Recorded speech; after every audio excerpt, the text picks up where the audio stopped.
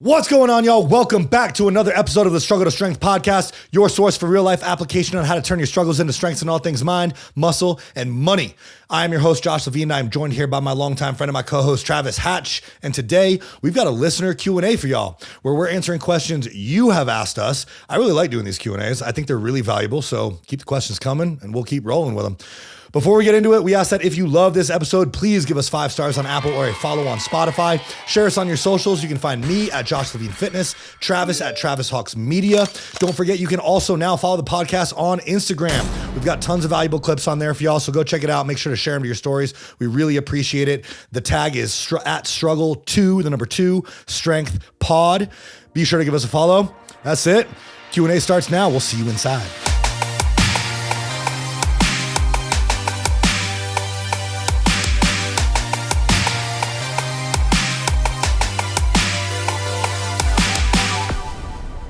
So these are all questions that have come in through Instagram and your muscle building secret group. Yep. And they're all going to be generally fitness, nutrition, health oriented. Yep. Okay. If anyone else has any more questions, you know where to find us. Do they know where to find us? Yeah, we think you know where to find us. I'll tell you, you can probably find me at my house scratching my back. This great back scratcher I got. So here's the first question. Okay, let's get into it. I really need this one. What's the best nutrition to fuel the brain? That is a good question. I feel like I need that too. I feel like everybody needs that probably. If you're an adult over the age of 24, you need that. Yeah. If you're legally allowed to rent a vehicle, you probably need this. Need some ginkgo biloba. Ginkgo biloba. Yeah. Well, as far as fueling the brain, we kind of covered this in the carbs versus fats episode, where the brain runs well on carbohydrates.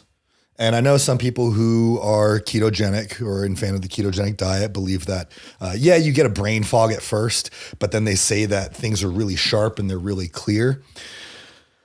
I've never experienced that. I think if this comes down to if it works well for you, then sure, do it. But research shows that most individuals, most humans run well from a neurological perspective and a cognition perspective on about 130 grams of carbs daily at minimum. Okay. Right. Because carbs are the preferred source of energy. They fuel your brain. Now, how you get those carbs is up to you and how you feel in your ideal state of where you feel most cognitive, where you feel sharpest is ideal. Now, that's strictly speaking to the diet, though. There are some supplementation protocols that I think can really help cognition. And so this might be helpful for you and for whoever asked this question. I think this was Tina. Yeah. Who I'm actually working with. So, hey, what's up, Tina? So some things from a supplementation standpoint that can help improve cognition and neurological capacity. One is very simple, and it's something that we recommend all the time to people who don't have any underlying kidney issues, is creatine. Creatine actually will help improve cognition. This has been shown in a number of different research studies in vegetarians, in elderly adults, even in sleep-deprived people. And essentially the way this works is creatine is broken down into creatine phosphate. And you remember our talk about adenosine triphosphate? Mm-hmm. Well, it's floating around in the body as adenosine diphosphate. Creatine phosphate is a phosphate. It can attach to that diphosphate, create ATP, the triphosphate bond, to be used as energy for anything, for muscular contractions, for neurological function. It's also been studied to improve symptoms in people who have suffered traumatic brain injuries. It's also been proven to reduce the onset of early onset of neurodegenerative diseases like Alzheimer's. So it's really good for you. Creatine is a fantastic supplement. It's been proven time over time. I actually just posted about this in my story because someone posted this really good infographic on creatine. But that would be where I would start. As long as you have no underlying kidney conditions, I think everybody should be supplementing with creatine. My parents do. It's a great supplement. It's been studied for years. Other things, we'd be looking more into mushrooms. Not the kind of mushrooms you're thinking. Oh, Not my kind of mushroom. No, mushrooms like lion's mane mushroom. Yeah. Or other like mushrooms Joe Rogan takes. Right. Well, he also takes psilocybin, I'm sure. Yeah. But lion's mane mushroom, I'll never forget. When I came out of a surgery, I had my hernia surgery. And this is when I found out about lion's mane mushroom. I had some numbness and tingling that was going on around the surgical site, which was near my groin. And I was like, well, probably not my favorite it's not going to work for me. It's not going to work for me, dog. It's going to be a no for me, dog. Have numbness and like lack of feeling around my groin. Pass. Yeah. So I was looking at ways to expedite the recovery process on that. And I came across lion's mane. If anybody is interested in learning about lion's mane or in learning about any mushrooms, I highly recommend following Paul Stamets or listening to the Paul Stamets Joe Rogan episodes. He is the mushroom master. I learned a lot from him. But anyway, I started taking lion's mane and it cleared up the lion's mane is for nerves and mental clarity. Yeah. And it's a beautiful mushroom. Like if you see it in the forest, it looks like this like white, glorious lion's mane. It's really, really pretty. And so I started taking lion's mane. I was using the Host Defense brand, which is Paul Stamets' brand. My numbness and tingling cleared up within a week or two, but I kept taking it because what I noticed is I was so mentally sharp, where you and I used to talk about this. We used to get like brain farts or like micro sleeps where we'd be talking and having a conversation. Then all of a sudden you're like, what was I just saying? So if that's ever happened to you, I would highly recommend supplementing with lion's mane. I think it's a fantastic mushroom. It's really powerful. And yeah, I noticed that I wasn't having those micro sleeps or brain farts anymore. So I took that for quite a while. That would be another thing that I would recommend to anybody who's looking to increase their just cognition or neurological capacity. Awesome. Yeah. Love it. Yeah. And creatine, it's good to know that that's good for everybody. Cause I think a lot of people think that that's like a steroid. You know, a lot of people do think it's a steroid. So if you take creatine, you will still be natty. I promise you, it is already in your body. It's in the meat that you eat. And I think that's part of why it helps in vegetarians specifically is a lot of people get creatine through red meat. Vegetarians obviously are not consuming red meat. And so they can supplement with it. But yeah, creatine is not just for people who are trying to get jacked or have fitness goals. It's really good for your brain. Sick. Mm-hmm. I got one on Instagram from Pack a What. And he said, why is it so easy to put on weight from carbs and fat, but so hard to burn it off?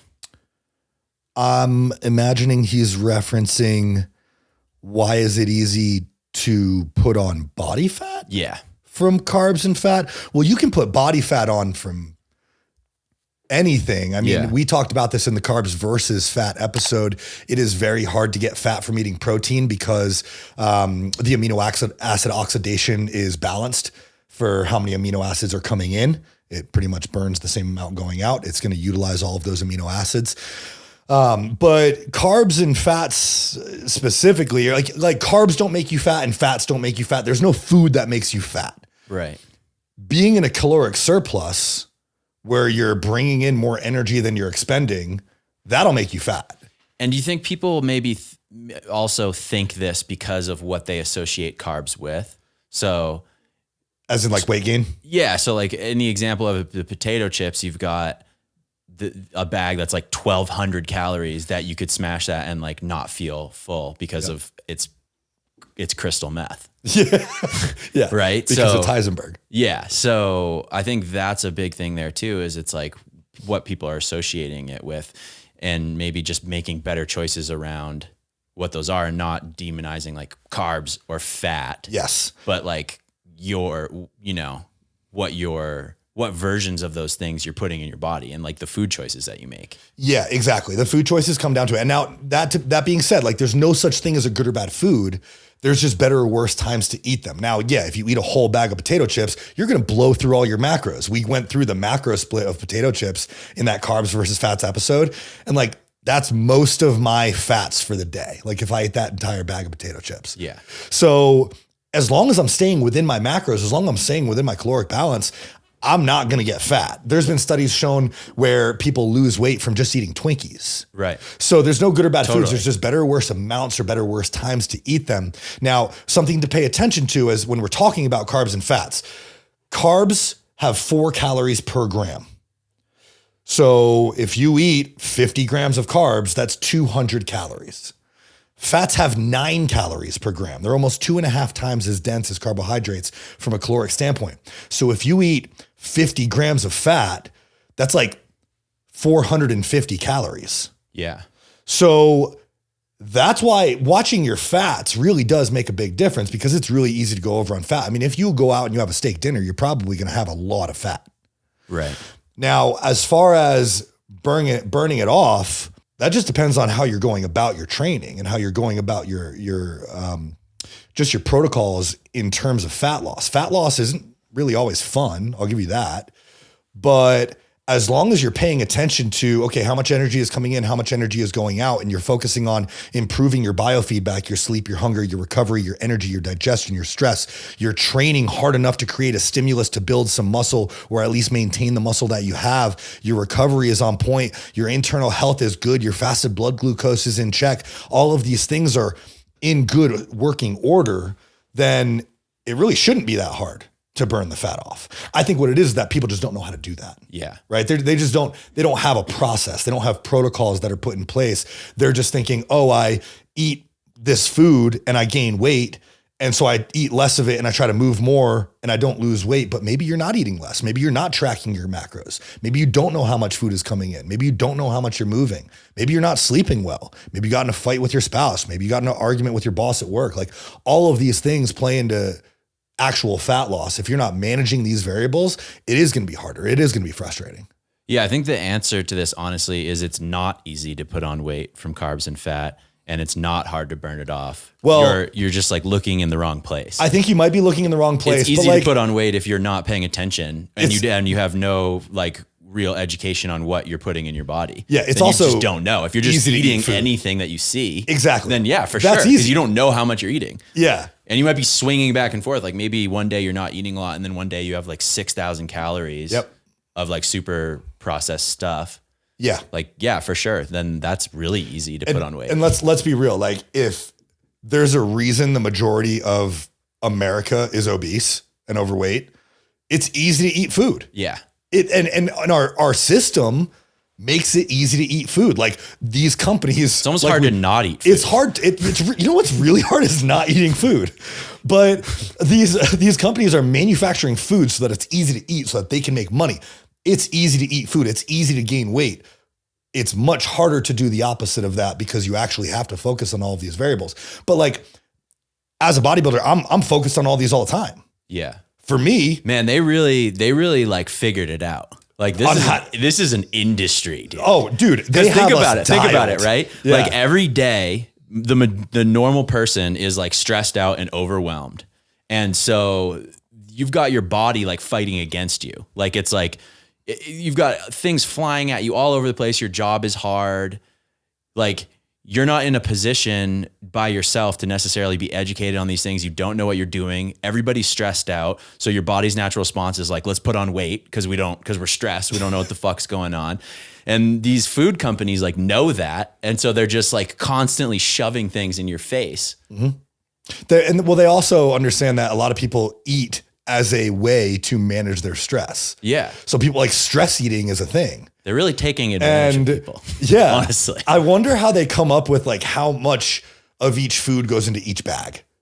Like a small bag of potato chips versus a large bag of potato chips versus like a medium one. I wonder like how many groups of people did they go through to like figure out, okay, people are going to eat this many potato chips, but if there's this many in a bag, if we put a little bit more in a bag, they'll eat more. Yeah. I mean, it's all just it's just drugs. Yeah, literally. They're the best drug dealers in the world. Yeah. I mean, if you think about how calculated Facebook and Instagram can be, where it's like, all right, your friend, we know that you guys are friends and we know that you were right next to each other and he looked up this thing at this time. Therefore, I know that everything about you from your Facebook profile, because you know him, you were next to him, you're going to be looking for this thing. Now we're going to deliver you an ad. Yep. That's how smart they are about getting you to eat junk food. Well, they're also using that data. Educate yourself, dude. Yo, they're also using that data. I'm surprised I haven't gotten ads for potato chips. I think it's because I follow so many fitness people and I am a fitness person. Yeah. I'm surprised I haven't gotten a targeted ad for Lay's yet. Yeah. They're like, hungry? Yeah. Fucking Snickers is going to be hitting me up. But I know we took a major tangent right there. But I think, it's easy to put on weight because it's easy to eat food and it's easy to not move, and doing hard things is hard. And sometimes burning fat is hard and reaching your fitness goals is hard. But the more you do hard things, the better you're going to be as a human. So practice doing hard things. You have to really want to. Discipline is hard. Yeah. You have to, if you want it, you'll find a way. If not, you'll find an excuse. And that's pretty much it. Yeah. So let's move over to training. Yep. What is better for lower body muscle growth, supersets or normal heavy compound lifts? I saw this question come in through Instagram from Angie, who's been asking a lot of questions. She's actually been really great. First things first, supersets just aren't good for muscle growth. If y'all know the way that we train with a high level of intensity. We train to failure. We train until a muscle can no longer contract against the load. Now, supersets is doing 2 movements back to back with no rest in between. Typically, I believe the actual definition of a superset would be contradictory muscle groups. Mm-hmm. So like a bicep and a tricep movement, whereas a compound set would be like 2 bicep movements. Either way, if you train with me and you send me a training video and by the end of it, you look like you could go do another exercise, I'm going to tell you you're not training hard enough. Like hypertrophy, muscle growth, is a product of effort.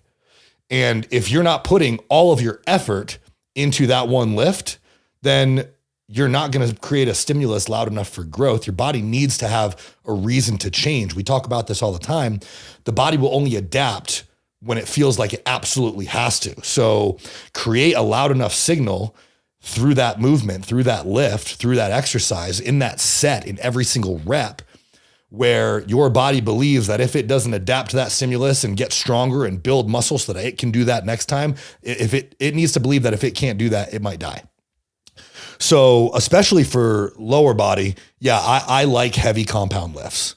Like for example, most of my training right now revolves around heavy squats or squat movements, heavy leg press, heavy belt squats. I do some isolation movements like hamstring curls or adductors because I do believe that they're important, especially for my physique and what I'm going for. I need some adductors. But heavy compound lifts are pretty much always going to be the meat and potatoes, for lack of a better term, of your training. You want to push heavy. Yeah. Like think about it this way. How many times do you see people lifting light weights at the gym that are like jacked? Yeah, very rarely. Very rarely. Like if they are, they're moving impeccably with a massive amount of intent, and it might just be like quote unquote light for them. I'm doing air quotes, but we have to lift heavy. We need intensity.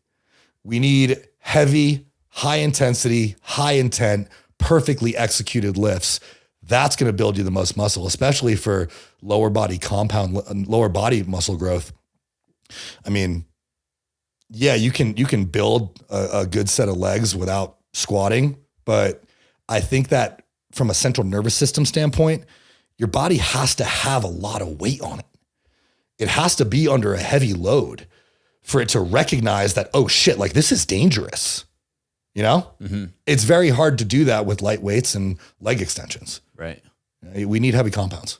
So adding on to that, how do you get started with like a beginner or someone who's maybe at more risk of like injury, for instance, like someone who's like either probably not like a young person, but a middle-aged person or even an elderly person who either hasn't worked out in a really long time, is a beginner, or is just older. And you see videos of 80, 90-year-olds doing like heavy deadlifts. Mm-hmm. But like, how did that person get there? You know what I mean? So a lot of them probably started when they were young. Although, I mean, No, granted, I think a lot of them don't. Like they yeah, start lifting when they were my older. client Ellen, shout out to Ellen, is 72, I believe, deadlifts 155 pounds. Yeah. Like, and she started lifting with me 3 years ago. That was the first time she ever lifted. She's going to be like super healthy. She for an older is person. super healthy. Yeah, she's a rock star. And people in her family already live to be like 100 plus. So she's got the genes for it. But that's a good question. For people who are starting out, we want to take into consideration what your body's doing on a daily basis, right? It is very difficult to go through your life without squatting, benching, deadlifting, overhead pressing, lunging, rowing. These are all movements that you do every day, right? Open a door, that's a row. Heavy door, that's a row. Push open a heavy door, that's a bench press. Lift something heavy up over your head to put it on a high shelf at a grocery store or in your garage, that's an overhead press. Or lifting your suitcase in an airplane. Lifting I hate watching people do that. I hate watching people struggle with that. So people need to do more If overhead you can't presses. put your suitcase above your seat, leave the airplane and call Josh immediately. Check it. How about that? Yeah. Check it. But for those people, let's first establish the fact that the word heavy is relative, right? Heavy for you is different than heavy for me is different than heavy for my client, Ellen. So, as we get better at these lifts, I can deadlift over 500 pounds. I can pick up 100 pounds off the ground and yes, I always want it to be perfect, but it's okay if like I'm a little loose with my form. Mm-hmm. Now, if my mom tried to pick up 100 pounds off the ground, like that's a different story. It has to be absolutely perfect. So we practice these movements and heavy becomes relative. And as we get better at the movement, they become heavier and the intensity at which we're performing them can become greater because we have better execution and better intent. But I believe that as long as you are focused on your execution and the intent with which you're moving, the intent of the exercise, then you can lift heavy. If your form's not good, back off. That's pretty much what it comes down to. But everybody should be able to do those things. Everybody should be able to squat, bench, deadlift, overhead press, lunge, and row. Yeah.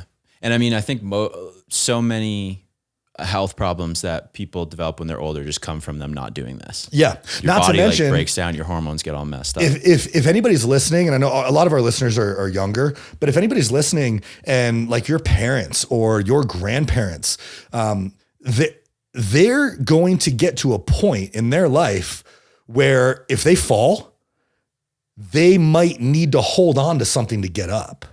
And I think about this all the time. Something that I always did when I was training more in person and I'm training older clientele is I want them all to be able to stand up from the sitting position on the floor on their butt. I want them to be able to stand up without using their hands. No hands on knees, nothing, no holding on to anything. And that means that they're going to have to get into a lunge position, right? Very few people can do that like sit Indian style thing and just like push up on your legs and spin around and stand up. Most people have to get into a lunge position.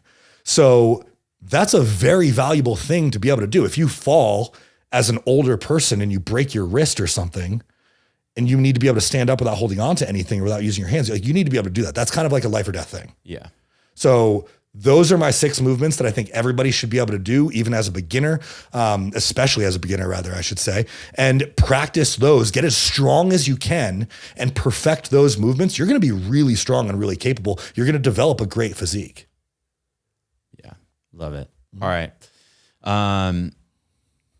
This one is also about nutrition. This is from Ryan Ryaner. Mm-hmm. Yep. Also a client. What's up? He said, sticking with workout/nutrition plan while on vacation or business trip. Okay. So this is that one's hard. That's hard. Dude, this is hard. Traveling and eating well. This is hard. So I actually did a long video when I was in Florida and I visited the Revive gym. This was in end of February, maybe. I think it was end of February. I did a long video in the Muscle Building Secrets Facebook group about how to travel and stay on track.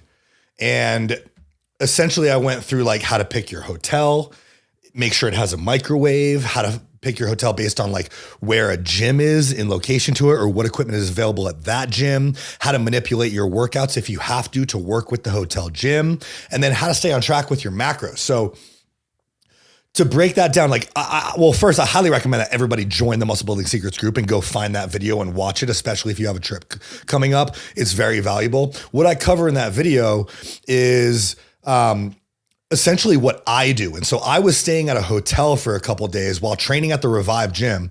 So I had access to a fantastic gym, like absolutely love that gym, but I didn't have a kitchen. All I had was a microwave, but I made sure that I found a hotel that had a microwave.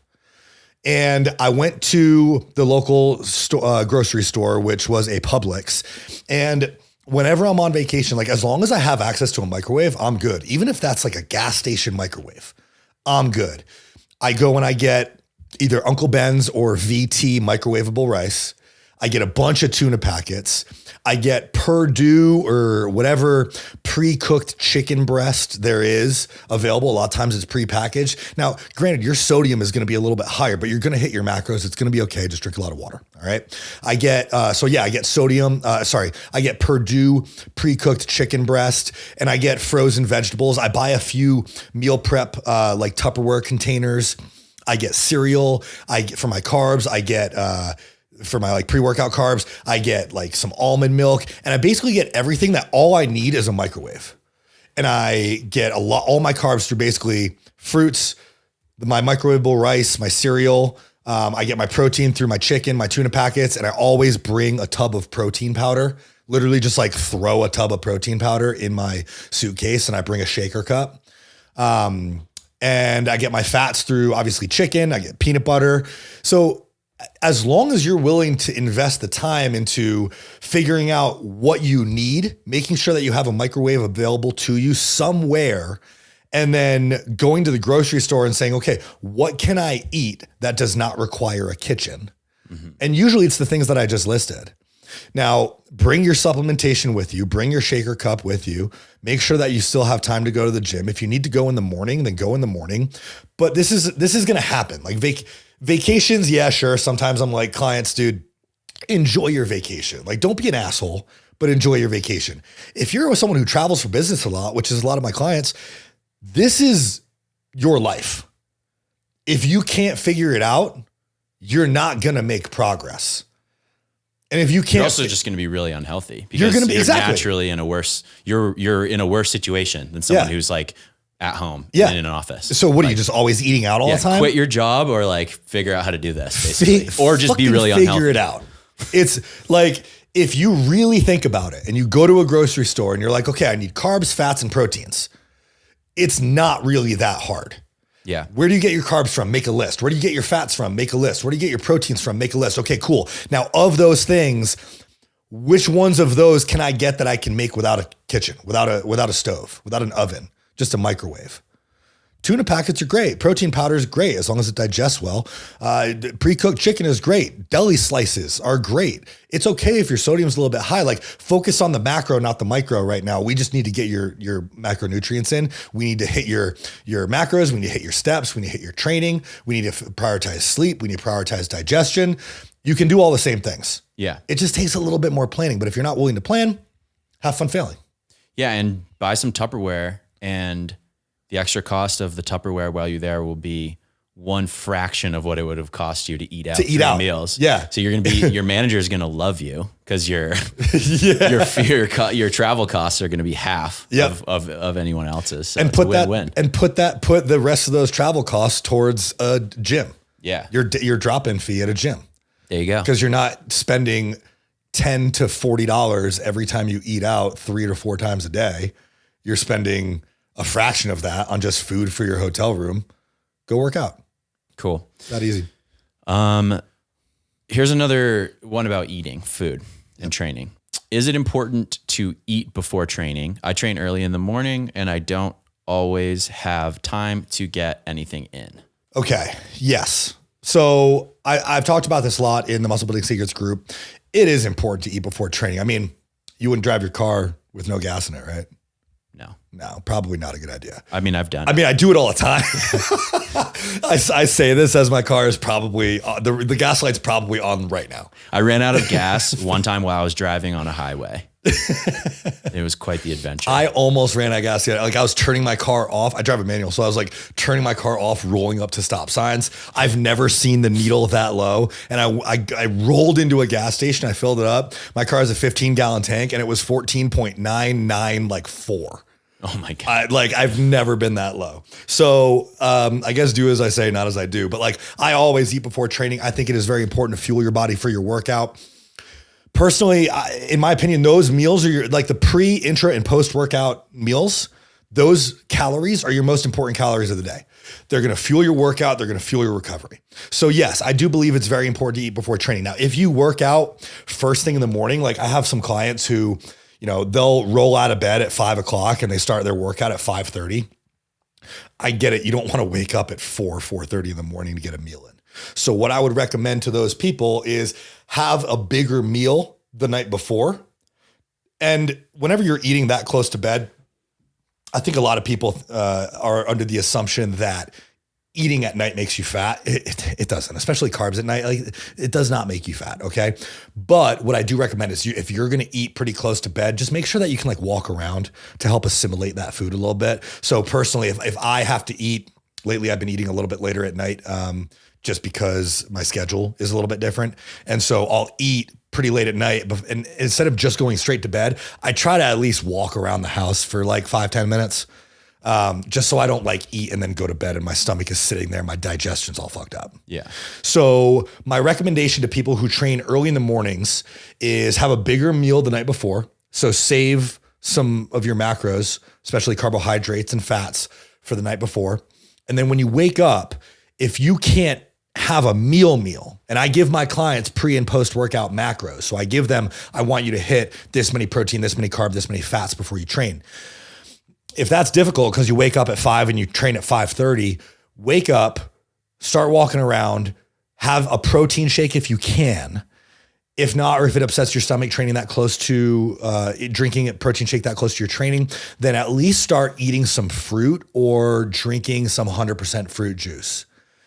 Drink that so you have some carbohydrates in your system. We talked about carbohydrates and anaerobic activity in the Fats versus Carbs episode. That's your main source of energy. So get some carbs in you. I like 100% fruit juice. Fruit's also great.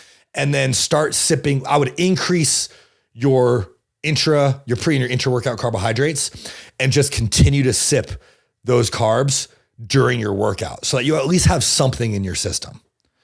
That's going to be much better than not really eating much the night before because you didn't save enough macros and then waking up basically fasted with very little carbs in your system, probably very little glycogen if you're not, depending on how much food you're eating, how many carbs you're eating. That's much more effective than training fasted for sure. Now, the only time I do like fasted training is if it's cardio. I love fasted cardio. I'm a big fan of fasted cardio, but that's neither here nor there. So yeah, if you're going to lift weights, that's what I would recommend. Try to get some carbs in. Cool. All right. Well, we're going to cut it off there for today. Yeah. If y'all have questions, you know where to find us. Travis says. Maybe you do, maybe you don't. Maybe you don't. But yeah, no, you can always reach out to us on our Instagrams at Josh Levine Fitness. Travis is at Travis Hawks Media. And then interact with the podcast on Instagram. It's at struggle2 strength pod. And you can submit your questions to any of those. We'll put up these question boxes every now and then. But yeah, I quite enjoy doing listener Q&As. Yeah. I like being a nerd and talking about stuff and answering questions. That's cool. Right on. So, yeah. All right. Well, I hope this was helpful for you all. I hope to those of you who we answered your questions for, I hope you enjoyed it. Definitely keep on sending those questions in. We'll keep these coming. We'll keep rolling out, giving you guys valuable content. Until next time, thank you for tuning in to another episode of the Struggle Strength Podcast. We'll see you next week.